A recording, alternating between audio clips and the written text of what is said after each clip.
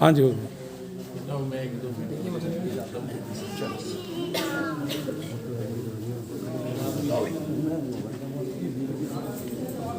खिचड़ी आंदे रुक जाओ खिचड़ी आंदे तो सानू खिच लेनी तेरे पता ही कुछ चलना है। क्या हाल है? बढ़िया। हाँ बहुत बढ़िया।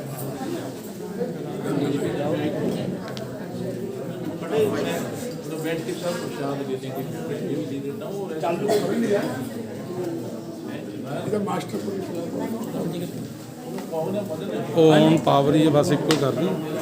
हेलो बोले सदगुरुदेव भगवान की सब संतन के हरि भक्तन की सभी अपने अपने स्थान पर आराम से बैठिए।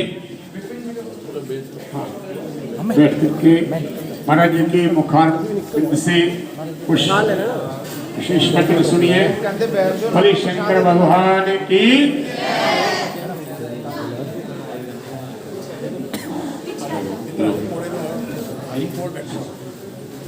अच्छा वो तो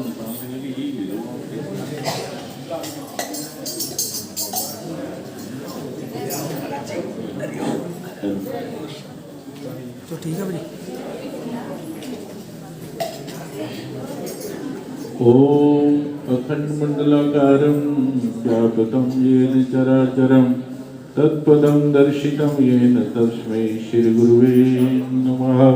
और सद्गुरुदेव महाराज की जय, उमापति महादेव की जय, सब संतन की जय, सब भक्तन की जय, महावीर बजरंगबली की जय। तो प्रभु प्रेमियों आप सबको जो है बहुत बहुत बधाई, क्योंकि जीव जो है ये पंछी की तरह ही है। क्योंकि आप परसों उधर थे ऑस्ट्रेलिया में और आज यहाँ आपके पास पहुँच गए हैं। तो जीव पंछी की तरह है और कहते हैं कि जैसे वृक्ष की छाया और इंसान की माया वो साथ में रहती है। संत लोग यहाँ भी चले जाते हैं, वहाँ बहुत रौनक लग जाती है और जहाँ से जाते हैं वहाँ सब लोग उदास हो जाते हैं, सुना सुना लगता है। तो कारण क्योंकि कहते हैं ना जैसे बसंत ऋतु आती है तो हमारे ये प्रकृति बहुत प्रसन्न होती है, हरियाली हरियाली होती है, सब जगह अच्छा लगता है। और जब कोई संत महात्मा आता है, कोई ऐसे महापुरुष आते हैं तो हमारी संस्कृति जो है वो बहुत प्रसन्न होती है।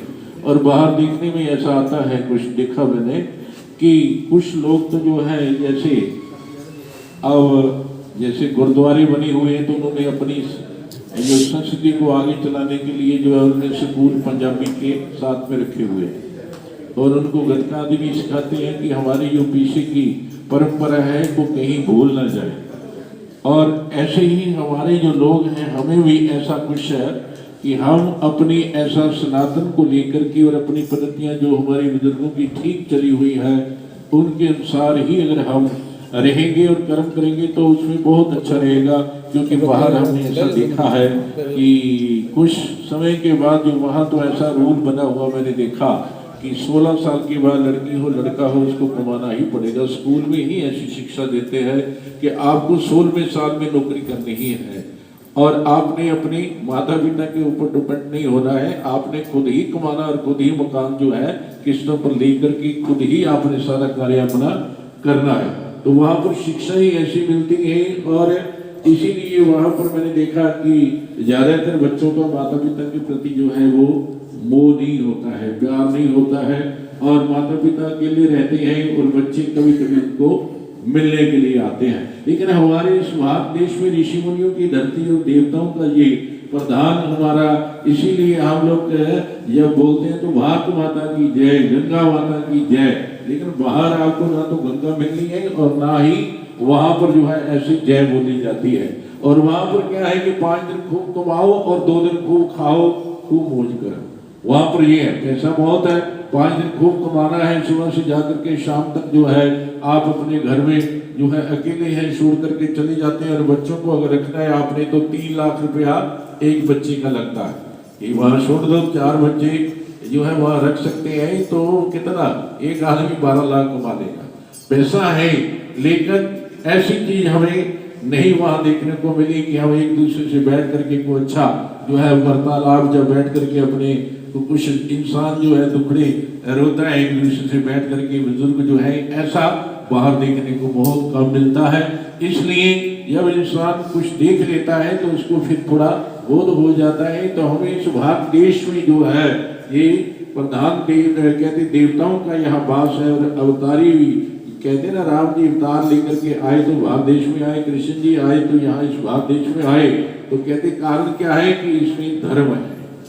हमारा देश जो है ये धर्म प्रधान है। हमें यही शिक्षा दी जाती है और बच्चों को भी यही शिक्षा दी जाती है कि आपने अपने जीवन में धर्म भी कमाना है और बुजुर्गों की या अपने माता पिता की आज्ञा का जरूर पालन करना है। इसलिए हम अगर पैसा कम भी कमा लेते हैं तो भी कोई ऐसी बड़ी बात नहीं है, लेकिन इंसान जो है कुछ ऐसा दौड़ में रहता है कि नहीं मैं ये करता हुआ उसका जीवन निकल जाता है। तो बंधुओं, ये हमारा भारत देश जो है ये धरती बहुत अच्छी है। वहाँ तो ऐसे लगता है कि यहाँ कोई रहता ही नहीं है। घर में आपको कोई पता नहीं लगेगा कोई रहता भी है या नहीं रहता है। अपना अपना खा रहे हैं, अपना घुमा रहे हैं। और मैंने कहा भी यहाँ पर अगर कहीं मान लो कंजक पूजन करना है तो फिर क्या होगा? कहते हैं यहाँ कोई गरीब ही नहीं है, कंजक कोई भेजता ही नहीं, ना कोई ला सकता है, यहाँ गरीब ही कोई नहीं है, यहाँ सब अमीर है, अपना कमाते हैं, अपना खाते हैं। तो ये भारत देश में आप कभी आपकी इच्छा होती है तो आप कंजक पूजन करते हैं, नवरात्रि रखते हैं। तो हमारा भारत देश जो है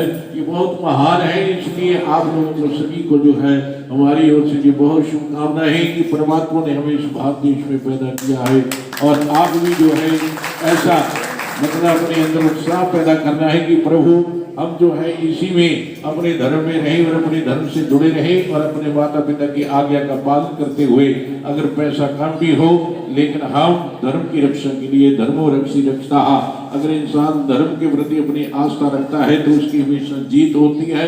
और हमने तो वहां भी जाकर के सुंदरकांड का पाठ शुरू करवा दिया है और आगे के लिए वो करते भी रहेंगे, क्योंकि कहते हैं कि चंदन की खुशबू वो कहीं भी रहे, चंदन तो अपनी खुशबू देता है। मैंने कहा वही यहाँ भी आप सुंदरकांड का पाठ रखो और सबको बुलाओ, जितने भी लोगों को बुला सकते हैं, और लंगर भी लगाओ। तो उसमें उनको भी जागृति आ गई कि ऐसा यहाँ कभी हुआ नहीं है। तो क्या होता है, कहते हैं कि जब अच्छे पुरुषों को, इसीलिए संत लोग कहते हैं संत समागम हरि कथा तुलसी दुर्दुद्वय सुधरा और लक्ष्मी ये तो पापी के घर भी होए। संतों का समागम अगर अच्छे किसी महापुरुष का जो है कहते हैं दर्शन होता है, मिलन होता है, तो क्या होता है, कहते ऐसा मिलना बड़ा मुश्किल है इस संसार में। और चीजें आपको सभी मिल सकती हैं, लेकिन महापुरुषों का जो आगमन होता है, मिलन होता है जिस धरती पर, कहते हैं वो बैठते हैं, वो धरती भी पवित्र हो जाती है। और वहां पर भी जाकर के वो देवताओं का, हनुमान जी का गुणगान वहां इतना अच्छा हुआ कि आप पूछो बात। इसलिए कहते हैं कि तुम भी अपने जीवन में जो है कुछ ऐसा धर्म को माना है और अपने देवताओं के प्रति आस्था रख करके हमने उनका पूजन करना है। आपको आगे का मार्ग अपने आप खुलता जाएगा। मेरे को बहुत डराया उन्होंने, ये चीजें निकाल दो, ये चीजें निकाल दो रास्ते में, कि आपको वहां पूछेंगे, आपकी तलाशी लेंगे। मैंने कहा जब मैं उनके सामने जाऊंगा तो वो कोई नहीं बोल सकेगा। मेरी यही भावना थी। मैंने कहा चिंता मत करो, आप मेरे को इतना मत डराओ, ये भी निकाल दो, ये भी निकाल दो, ये भी। जहाज में मेरे को सरदार भी बोलने लगे, कुछ लड़कियां भी जो वहां पढ़ती थी कहती महाराज ये भी निकालना पड़ेगा। मैंने कहा मैंने कुछ भी निकालना नहीं। और जब मैं जाऊंगा तो देखना या हमारी भी दृष्टि उनके ऊपर पड़ेगी तो वो बोल नहीं सके। वैसा ही हुआ। और मेरे को उन्होंने अलग लाइन में जो है लेकर के कि आपने इधर से नहीं जाना, आपने इधर से जाना है। और मेरे को उन्होंने नीचे भी नहीं उतारा, कहते आपने नहीं उतरना है, हमने कुछ नहीं चेक करना है। ये क्या होता है, जिस देवता को तुम मानते हो, जिस परमात्मा की तुम आराधना करते हो, वो परमात्मा व्यापक रूप में, ठीक है कि अनेकों नाम परमात्मा की जो है अपने अपने धर्म के अनुसार या अपने देश के अनुसार, देश काल रीति जो होती है उसके अनुसार जो है परमात्मा को इंसान पुकारता है। लेकिन जहाँ तुम्हारी रुचि, जिस इष्ट को, जिस परमात्मा को तुम मानते हो, वो परमात्मा व्यापक रूप में आपके साथ रहेगा। और आप अपनी निष्ठा को बनाए रखो कि परमात्मा सब जगह इंसान के साथ उसकी रक्षा करता है। तो मैं तो महावीर बजरंग बली की जय ही बोलता गया।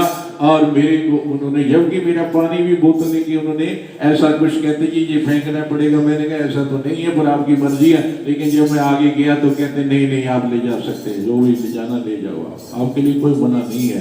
तो क्या होता है, कहते उनके अंदर भी वही परमात्मा है लेकिन नाम उनके अलग अलग है। तो आप अपने परमात्मा के प्रति, अपने देवताओं के प्रति आपकी निष्ठा है तो देवता आपकी रक्षा करेंगे। जहां भी तुम जाओगे परमात्मा आपकी हर समय रक्षा करेगा। इसलिए बंधु अपने इष्ट को और अपने देवता को हमेशा जो है उसकी आराधना करनी, उसको याद करना।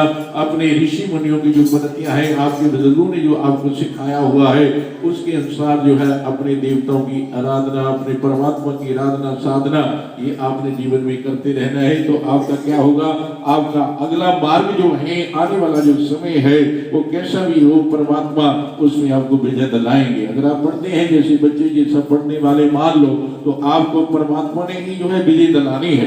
इसलिए परमात्मा से ही प्रार्थना करनी है कि हे प्रभु आप ही तो मेरी बुद्धि को जो है अच्छी रखने वाले, आप ही तो हो। मेरी बुद्धि अगर अच्छी रहेगी और परमात्मा से अर्जी लगाते रहना है आपने कि प्रभु मेरी यही एक अर्जी है, मेरी यही एक अरदास है कि मेरा ये दिमाग अच्छा रहे और मेरा स्वस्थ अच्छा रहे और मैं आपके चरणों में और आपकी भक्ति सदा कमाता रहूं, कमाती रहूं और मेरा मार्ग आपने ही जो है ये ठीक रखना है, ठीक करना है। तो परमात्मा जरूर सुनते हैं। इसलिए मैं सभी से यही प्रार्थना करूंगा, आप कहाँ कहीं भी रहो, जहाँ भी रहो उसका गुणगान करते रहो, उसकी याद में दिन और रात अगर हमारे बीतते हैं, एक एक श्वास अगर परमात्मा के नाम में हमारा बीतता है, अपने कार्य भी करते रहो। अपना कहते हैं कि किर्त करना कोई बुरी बात नहीं है, लेकिन किर्त करते हुए हमने उस परमात्मा को नहीं भूलना जिसने हमें जीवन दिया है और जो हमारी रक्षा में तत्पर हमेशा ही जो है हमारे साथ में है। कहते उसको याद रखते हुए आपने अपनी मंजिल को तय करना है।